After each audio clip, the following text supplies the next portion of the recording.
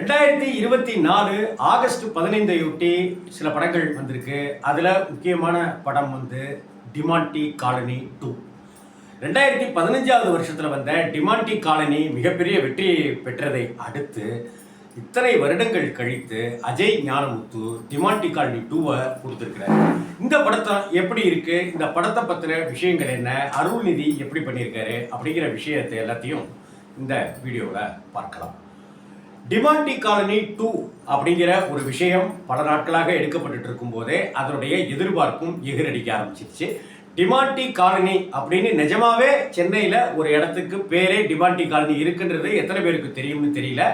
சென்னையில் பட்டினப்பாக்கத்தில் சாந்தோம் சர்ச் இருக்கு இல்லையா, அந்த சர்ச்சை தாண்டி கொஞ்சம் தூரம் போகும்போது ஒரு இடத்துல டிமாண்டி காலனி அப்படின்னு ஒரு போர்டு போட்டிருக்கோம்.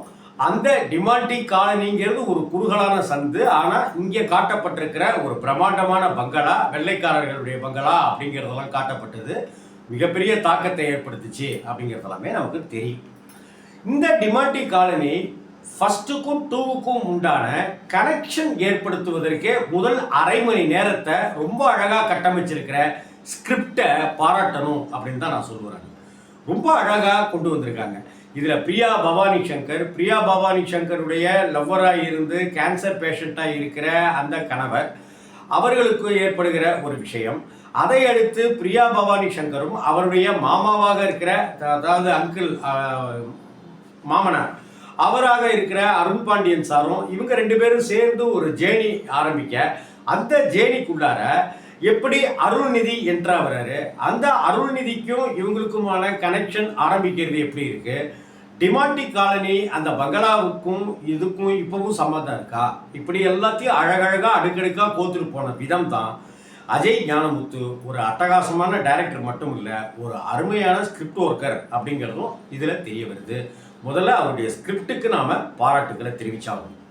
பிரியா பவானி சங்கர், அருள்நிதி இவங்களுடைய காம்பினேஷன் வருகிற இடமாக இருக்கட்டும், இந்த விஷயத்துக்குள்ளார சொத்து பிரச்சனை அப்படிங்கிற ஒரு விஷயம் சொல்லப்படுது.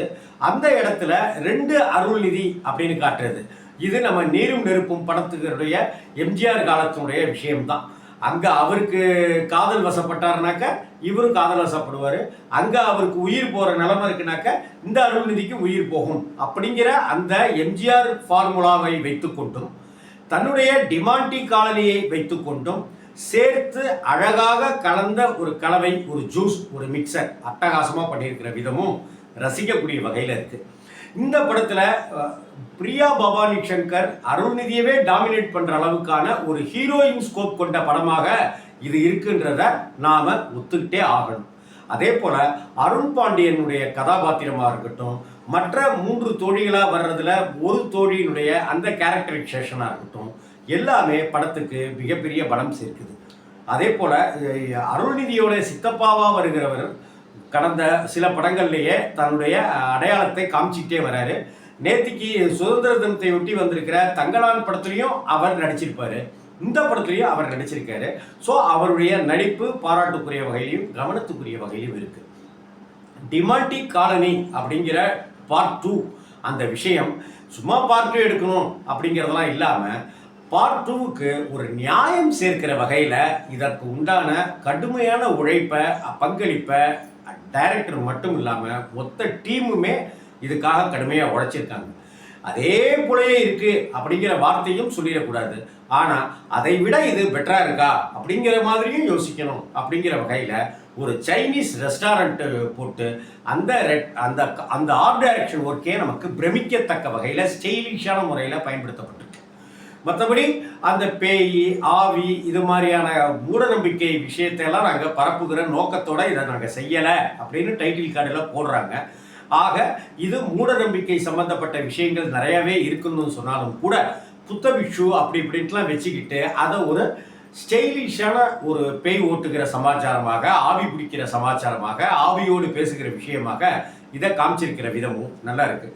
திடீர்னு ஸ்பூனெல்லாம் கீழே விழறதும், பரபரன்னு விழறதும், அந்த ஸ்பூன் டக்குன்னு பிரியா பவானி சங்கரை ஒரு ஒரு விஷயத்தை ஞாபகப்படுத்துறதும், அப்போ நான் உன்னை கூப்பிடும் போதெல்லாம் என்னால் பேச முடியல, அதுக்காக நான் இந்த ஸ்பூனை நான் தட்டி விடுவேன் அப்படின்னு அந்த காதலன் கணவர் சொல்கிறதும், அதற்கு அடுத்து இதே போல் ஸ்பூன் காட்சிகள் இருக்குமான்னு பார்த்தா இல்லை, ஏன் இல்லை அப்படிங்கிறதும் எனக்கு உண்டான ஒரு கேள்வியாக இருந்துச்சு. மற்றபடி அருள்நிதி 2 வேடத்தில் வந்திருந்தாலும் கூட ஒரு வேஷம்தான். ஏன்னா ஒருத்தர் கோமா ஸ்டேஜில் இருப்பார், இன்னொருத்தர் ஆக்டிவாக இருப்பார். கிளைமேக்ஸில் அவர் ஆக்டிவாக இருக்கும்போது இவர் கோமா ஸ்டேஜுக்கு போயிடுறாருங்கிறதுனால இதை டபுள் ஆக்ட் வெர்ஷன் அப்படிங்கிறதே இதில் சொல்கிறதுக்கு அவசியம் இல்லாத வகையில் தான் இந்த டபுள் ஆக்ஷன் படமாக இது பண்ணப்பட்டிருக்கு. மற்றபடி இந்த டிமாண்டி காலனி 2 அப்படிங்கிறதுல எந்த ஒரு மாற்று கருத்துமே இல்லாத வகையில் குழந்தைகளோட ஜாலியாக போய் பார்க்கலாம். பயமுறுத்தல்கள் அப்படின்ட்டுலாம் இருக்கானாக்க, டிமாண்டி காலனியில் பயமுறுத்திய பேய் இந்த தடவை பயமெல்லாம் மூட்டை கட்டி வச்சுட்டு ஒரு த்ரில்லரோட ஒரு த்ரில்லிங் அனுபவத்தோட இந்த படத்தை நாம் பார்க்கலாம்ங்கிற மாதிரி பண்ணியிருக்காரு. இன்ஃபேக்ட் இது குழந்தைகளுக்கு ரொம்பவே பிடிச்சிருக்கு. படத்தில் இந்த மாதிரியான படங்களில் ஆபாச காட்சிகளெல்லாம் வச்சுருவாங்க. அது மாதிரிலாம் ஆபாச காட்சிகளெல்லாம் வைக்காமல் கதைக்கும் காட்சி அமைப்புகளுக்கும் மட்டுமே முக்கியத்துவம் கொடுத்து ரொம்ப அழகழகான காட்சிகளை அடுக்கிக்கிட்டு போகிற விதம் தான் டிமாண்டி காலனியை ரொம்ப ரொம்ப அழகான காலனியாக மாற்றிருக்கு அப்படின்னு நான் சொல்கிறேன்.